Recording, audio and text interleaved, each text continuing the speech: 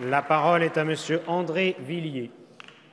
Monsieur le Président, chers collègues, Madame la ministre des Solidarités et de la Santé, Lyon, patrie de Romain Rolland, Colette ou encore Giroud et du Chablis, ses 428 communes et ses 340 000 habitants sont en émoi. Pire, ils sont en proie au désarroi. Si l'hôpital public réclame des réformes urgentes, le nouveau projet régional de santé 2018-2027 annoncerait des nouvelles rétrogrades quant à la prise en charge sanitaire. Avec lui, le service d'urgence du centre hospitalier de Tonnerre est voué à fermer la nuit. Le numéro 15, dédié au département, serait invalidé.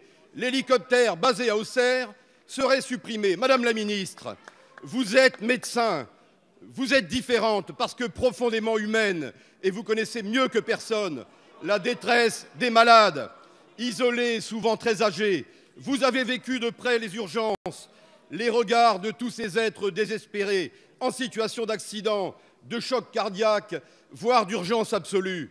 Madame la ministre, vous connaissez l'utilité indispensable du 15 pour organiser le flux des urgences. Vous savez que l'hélicoptère permet des interventions à l'efficacité inégalable. Résonnent encore les phrases du président de la République, alors candidat en campagne le 28 avril 2017. Je le cite: « Un tiers des départements sont des déserts médicaux où vivent 2,5 millions de personnes. Ce n'est pas une situation de justice. Le moment est grave parce que le pays est fracturé. La France des champs est à la traîne. Il faut réconcilier les territoires et redonner les accès et les droits partout.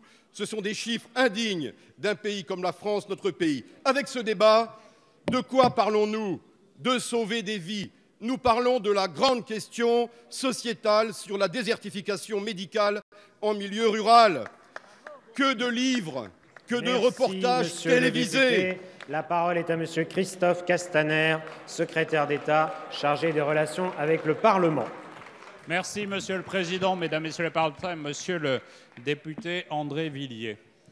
Je suis élu des Alpes-de-Haute-Provence et je sais l'importance du sujet que vous abordez. Je sais l'importance pour les élus comme pour les citoyens, cette inquiétude qui existe d'avoir l'angoisse qu'en cas d'accident, en cas d'urgence, on puisse ne pas trouver la solution. Mais je voudrais vous rassurer à la fois sur l'ambition du gouvernement de faire en sorte que l'égal accès aux soins pour tous soit une priorité et qu'elle soit traduite, cette ambition, partout, dans les Alpes-de-Haute-Provence comme dans Lyon, et c'est essentiel.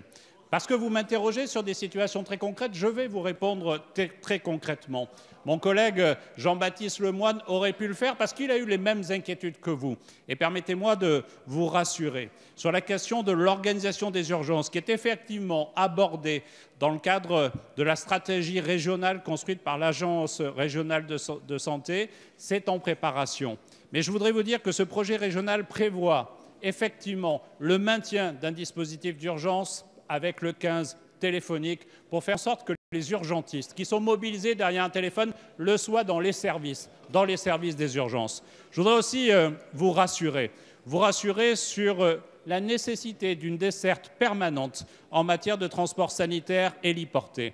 Il le faut pour toute la région et c'est nécessaire. Et si Mme Buzyn n'était pas actuellement en train de défendre le PLFSS devant le Sénat, elle pourrait vous dire l'engagement que je prends au nom du gouvernement devant vous. Il n'est pas question de revenir ou de modifier sur la présence physique au quotidien d'un service d'intervention héliporté. Et une prochaine réunion a été demandée avec le directeur de l'ARS qui confirmera, monsieur le député, les propos que je vous tiens. Merci, monsieur le ministre.